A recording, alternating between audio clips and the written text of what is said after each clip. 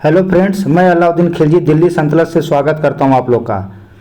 आज हम लोग प्रतियोगिता दर्पण जनवरी मंथ का वन लाइनर करंट अफेयर को पढ़ेंगे जो आगामी एग्जाम के लिए रामबाण साबित होगा। तो आइए स्टार्ट करते हैं। इसमें प्रतियोगिता दर्पण का बहुत ही महत्वपूर्ण 50 क्वेश्चन दिया गया है जो स्मरणीय तथ्य के रूप में आता है, जिसको आज मैं कवर कराऊंगा।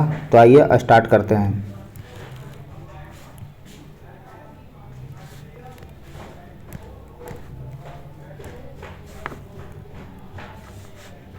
देखिए, इसमें पहला क्वेश्चन है, पहले हम राष्ट्रीय लेवल पे देखेंगे। पहला क्वेश्चन कि 17वां प्रवासीय भारतीय दिवस समारोह जनवरी 2022 में कहाँ आयोजित किया गया? तो ये आपको इंदौर में किया गया था, मध्य प्रदेश में। ठीक है। अच्छा, तो ये प्रवासी दिवस जो मनाया जाता है, आपको ही पता है कि 9 जनवरी 1915 ईस्वी में जब महात्मा गांधी दक्षिण अफ्रीका से लौटे थे, ठीक है, तो उसी के परिप्रेक्ष्य में ये 9 जनवरी को, प्रत्येक 9 जनवरी को प्रवासी दिवस के रूप में मनाया जाता है। ठीक है, तो आपको ये याद रखना है। चलिए, दूसरा क्वेश्चन देखिए, बहुत ही इंपॉर्टेंट क्वेश्चन है। दूसरा क्वेश्चन है कि दुधवा, पीलीभीत और अमनगढ़ के बाद यूपी का चौथा 53वां टाइगर रिजर्व केंद्र पूछ रहा है। ठीक है, 53वां टाइगर रिजर्व केंद्र, तो ये आपको भी पता है कि रानीपुर में, ठीक है, रानीपुर में टाइगर रिजर्व केंद्र जो यूपी में पड़ता है वो आपका 53वां टाइगर रिजर्व केंद्र है। ठीक है, और ये कहाँ पड़ता है? ये भी मध्य प्रदेश के पन्ना का, जो मध्य प्रदेश का जो पन्ना है उसी से आसपास है, 150 किलोमीटर दूरी के पर पड़ता है, और ये तेंदुआ, भालू, चिंतारा आदि के लिए फेमस है। चलिए, तीसरा क्वेश्चन देखिए, ये भी इंपॉर्टेंट क्वेश्चन है। 3 दिवसीय महान विभूतियों के साथ जिसे उत्तराखंड गौरव सम्मान 2022 चयनित किया गया है। तो देखिए, अजीत कुमार, ठीक है, और डोघवाल को और प्रसून जोशी को चयनित किया गया है। ये तीनों नाम आपको याद होना चाहिए।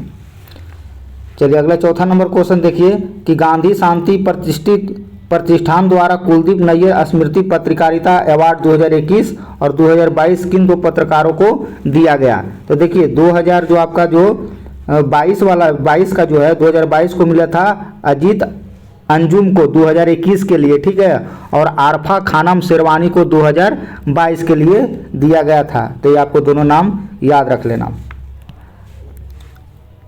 5वां नंबर क्वेश्चन है, अंतर्राष्ट्रीय रैंकिंग एजेंसी क्वाकवेरेली साइमंड्स क्यूएस की ओर से नवंबर 2022 में जारी की गई एशिया यूनिवर्सिटी रैंकिंग 2023 के अनुसार भारत दक्षिण एशिया टॉप शैक्षणिक संस्थानों में कौन सा स्थान रहा?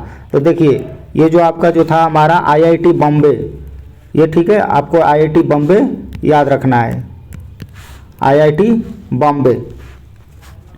देखिए, 6वां नंबर क्वेश्चन बहुत इंपॉर्टेंट क्वेश्चन है। काशी तमिल संगम समारोह का आयोजन नवंबर-दिसंबर 2022 में कहाँ किया गया था? तो ये आपको वाराणसी में किया गया था। देखिए, इसका थोड़ा डिस्कशन पढ़ते हैं। काशी तमिल संगम का आयोजन नवंबर 2022 में काशी में किया गया था, वाराणसी काशी में किया गया था। इसका उद्देश्य देश के 2 प्राचीन ज्ञान केंद्र तमिलनाडु और काशी के बीच में सदियों पुरानी कड़ियों को फिर से तराशना है और उसका उत्सव मनाना है। प्रधानमंत्री नरेंद्र मोदी ने इसका उद्घाटन किया है। अगला क्वेश्चन है कि प्रधानमंत्री नरेंद्र मोदी ने 19 नवंबर 2022 को अरुणाचल प्रदेश की राजधानी ईटानगर के पास किस पहले ग्रीनफील्ड हवाई अड्डे का उद्घाटन किया? तो ये डोनीपोली, बहुत चर्चा में है ये डोनीपोली, तो इसको भी आपको याद रखना है। और देखिए, ईटानगर हवाई अड्डे जिसे हौलेगी हवाई अड्डे के नाम से भी जाना जाता है, तो आपको ये भी याद होना चाहिए। चलिए, नेक्स्ट क्वेश्चन है, 8वां नंबर क्वेश्चन है कि भारत की किस महिला टेबल टेनिस खिलाड़ी ने एशिया कप टेबल टेनिस में कांस्य पदक हासिल किया? तो ये मोनिका बत्रा।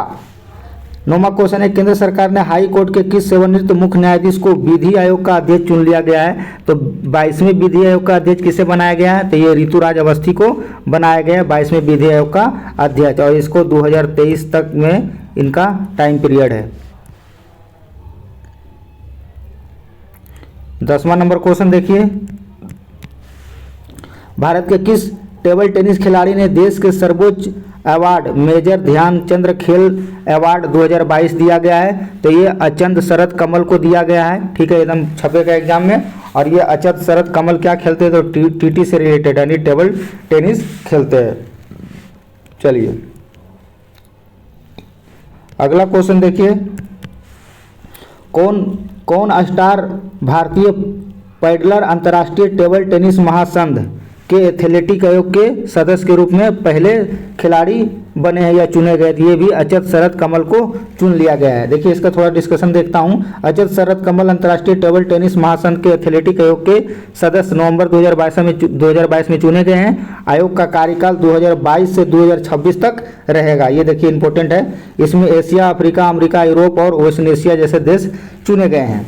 नेक्स्ट क्वेश्चन है 11वां नंबर की रिजर्व बैंक ने 1 नवंबर 2022 को अपनी किस करेंसी को पायलट प्रोजेक्ट के तौर पर लॉन्च किया है? तो ये आपका किया है डिजिटल करेंसी। 12वां नंबर क्वेश्चन है 9 नवंबर 2022 को भारत के मुख्य न्यायाधीश के पद के रूप में कौन ग्रहण किए गए हैं? तो ये तो बहुत चर्चा में था भाई, जस्टिस DY चंद्रचूड़। तो ये 50वें नंबर के हैं। ठीक है 50वें नंबर के मुख्य न्यायाधीश ये बने हैं। ठीक है CGI। चलिए ये हो गया। 13वां नंबर देखिए, भारतीय प्रशासनिक सेवा में सेवानिवृत्त किस अधिकारी ने निर्वाचन आयोग के रूप में पदभार संभाला है 2022 नवंबर में? तो ये अरुण गोयल को चुन लिया गया है। तो इसको आपको याद रखना है। और अन्य निर्वाचन आयुक्त कौन है? तो आयुक्त अनूप चंद्र पांडे हैं। देखिए 2022 में पहली बार आर्मी और एयरफोर्स के किस नाम से इंटीग्रेटेड अभ्यास नवंबर में किया गया? तो ये किया गया था शत्रु नाश। अगला 15 नंबर क्वेश्चन देखिए, भारतीय अंतरिक्ष अनुसंधान संगठन इसरो ने आंध्र प्रदेश के श्रीहरिकोटा से सतीश धवन अंतरिक्ष केंद्र में देश के पहले निजी तौर पर विकसित किस रेंज में सफल हुआ? विकसित किस रॉकेट का परीक्षण 2022 में किया है? तो ये आपको किया है ये विक्रम-एस, बहुत ही चर्चा में रहा था ये विक्रम-एस। तो ये कहाँ से किया गया है? तो ये श्रीहरिकोटा के सतीश धवन अंतरिक्ष केंद्र से किया गया है। देखिए स्टार्टअप स्काई रूट, देखो इसको स्टार्टअप स्काई रूट एयरोस्पेस ने विक्रम-एस रॉकेट का पहला परीक्षण किया है। और स्काई रूट एयरोस्पेस भारत की पहली निजी कंपनी बन गई है। और 2020 के केंद्र सरकार द्वारा अंतरिक्ष आयोग ने निजी क्षेत्र के लिए खोले जाने के बाद भारतीय अंतरिक्ष ने निजी क्षेत्र में प्रवेश किया है। अब ये हम लोग देखेंगे इंटरनेशनल लेवल पे। देखिए G20 शिखर सम्मेलन नवंबर 2022 में इंडोनेशिया में बाली में आयोजित हुआ। G20 का अगला 18वां कहाँ होगा 2023 में? तो ये देखिए बहुत ही फेमस क्वेश्चन है और ये भारत में आयोजित होगा। देखिए थोड़ा सा इस बारे में पढ़ते हैं। बाली में G20 के 17वें शिखर सम्मेलन भारत को इसकी कमान सौंपी गई है। और 1 दिसंबर 2022 से 1 वर्ष के लिए भारत G20 शिखर सम्मेलन की अध्यक्षता करेगा। 9 से 10 दिसंबर 2023 को G20 शिखर सम्मेलन कहाँ होगा? दिल्ली में होगा। ठीक है, इसको BPSC पूछा भी था। आखिरकार उसका दिल्ली ही आंसर आया, जम्मू कश्मीर नहीं आया। आयोग भी दिल्ली में आंसर दिया है। तूफान यान द्वारा, देखिए ये भी बहुत ही इंपॉर्टेंट क्वेश्चन, तूफान यान द्वारा तबाही करने में कुछ ही हफ्ते बाद नवंबर 2022 में किस तूफान ने संयुक्त राज्य अमेरिका के फ्लोरिडा के पूर्वी तट पर तबाही मचाई? तो ये तूफान का क्या नाम था? तूफान निकोल। तीसरा नंबर क्वेश्चन देखते हैं, संघाई सहयोग संगठन एससीओ के अध्यक्ष के रूप में एससीओ के अगले शिखर सम्मेलन 2023 का मेजबानी कहाँ होगा? तो ये भी भारत में होगा। अच्छा, चौथा नंबर क्वेश्चन देखते हैं, भारत के किस पड़ोसी देश ने नवंबर 2022 में 6.3 तीव्रता भूकंप आया था? तो ये नेपाल में आया था। अच्छा, पांचवा नंबर क्वेश्चन, विश्व फुटबॉल की सर्वोच्च संस्था फीफा की 20 नवंबर को 18 दिसंबर 2022 को होने वाले वर्ल्ड कप के मध्य एशिया के देश में, तो ये मोटा मोटी आपको ये बताना है कि फीफा जो अभी चल रहा है वो किस देश में चल रहा है? तो ये कतर में चल रहा है 2022 का फीफा फुटबॉल का वर्ल्ड कप। देखिए कतर 2022 टूर्नामेंट में आतिथ्य कर रहा है और 2026 में इसका आयोजन कहाँ होगा? ये इंपॉर्टेंट है आपके लिए। कनाडा, संयुक्त राज्य अमेरिका और मैक्सिको में संयुक्त रूप से कराया जाएगा। मैक्सिको को 3 विश्व कप खेले का आतिथ्य करने वाला पहला देश का गौरव प्राप्त करेगा। ठीक है, तो ये भी तो कोई इंपॉर्टेंट है। अच्छा, छठवां नंबर क्वेश्चन देखिए कि संयुक्त राष्ट्र महासभा ने किस दिन का बच्चा के यौन शोषण को और दुर्व्यवहार को उजागर करने के लिए मकसद से मनाने में एक प्रस्ताव 7 नवंबर 2022 को मंजूरी दिया है? तो ये 18 नवंबर।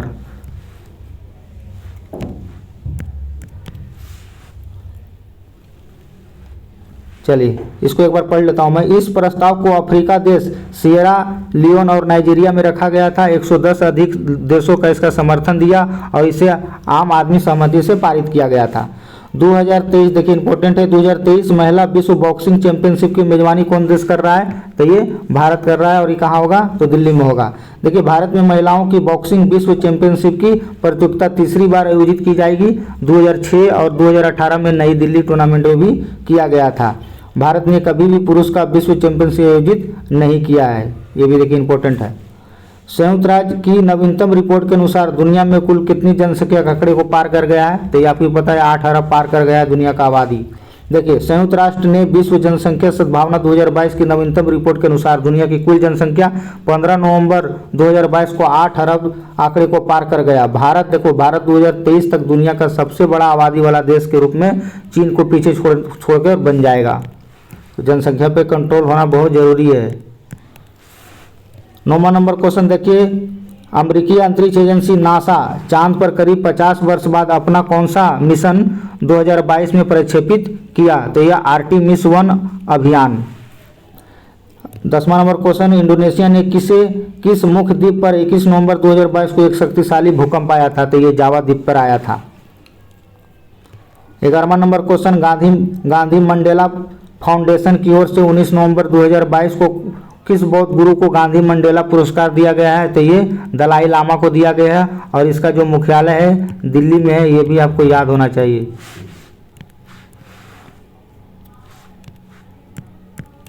12वां नंबर क्वेश्चन है, भारतीय वायुसेना और फ्रांसीसी वायुसेना ने 12 नवंबर 2022 को जोधपुर वायु सेना स्टेशन पर किस द्विपक्षीय अभ्यास में भाग लिया था? तो ये गरुड़ 6 में। 13वां नंबर क्वेश्चन देखिए, किस युद्धाभ्यास ने भारत, अमेरिका, जापान और ऑस्ट्रेलिया की नौसेनाओं ने नवंबर 2022 में हिस्सा लिया है? तो अभ्यास मालाबार। 14 नंबर क्वेश्चन, टेनिस के किस खिलाड़ी ने 20 नवंबर 2022 को छठे एटीपी फाइनल जीतकर रोजर फेडरर को रिकॉर्ड की बराबरी किया है? तो ये नोवाक जोकोविच। देखिए 35 वर्ष के नोवाक जोकोविच के खिताब जीतने वाले सबसे अधिक उम्र के खिलाड़ी है। ठीक है। अच्छा 15वां नंबर क्वेश्चन है, 6 से 18 नवंबर 2022 को आयोजित संयुक्त राष्ट्र जलवायु परिवर्तन से जुड़े मुद्दों पर चर्चा करने के लिए 27वां सम्मेलन यानी COP27 का आयोजन कहाँ किया गया? बहुत ही इंपॉर्टेंट है, ये अल सल्फ सेम में किया गया और ये मिस्र में पड़ता है। ये बहुत इंपॉर्टेंट क्वेश्चन है। ठीक है, तो आपको ये याद होना चाहिए।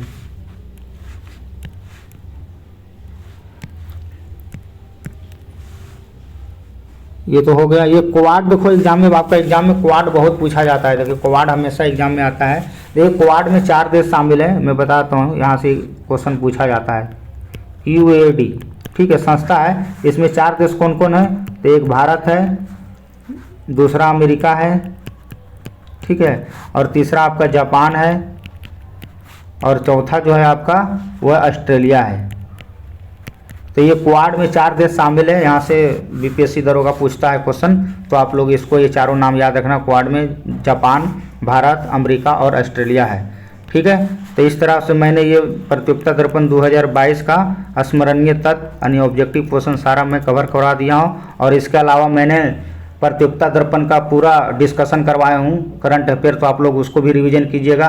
और दृष्टि बिहार करंट अफेयर को मैंने उसको सारा फुल्ली डिस्कशन करवाया हूँ करंट अफेयर, उसको भी कवर कर लीजिएगा। और सार संग्रह भी कवर करवाया हूँ प्रतियोगिता दर्पण को, तो उसको भी कवर कर लेना। ठीक है, तो मिलते हैं नेक्स्ट वीडियो में, तब तक आप लोग इसको रिवीजन कीजिएगा। धन्यवाद।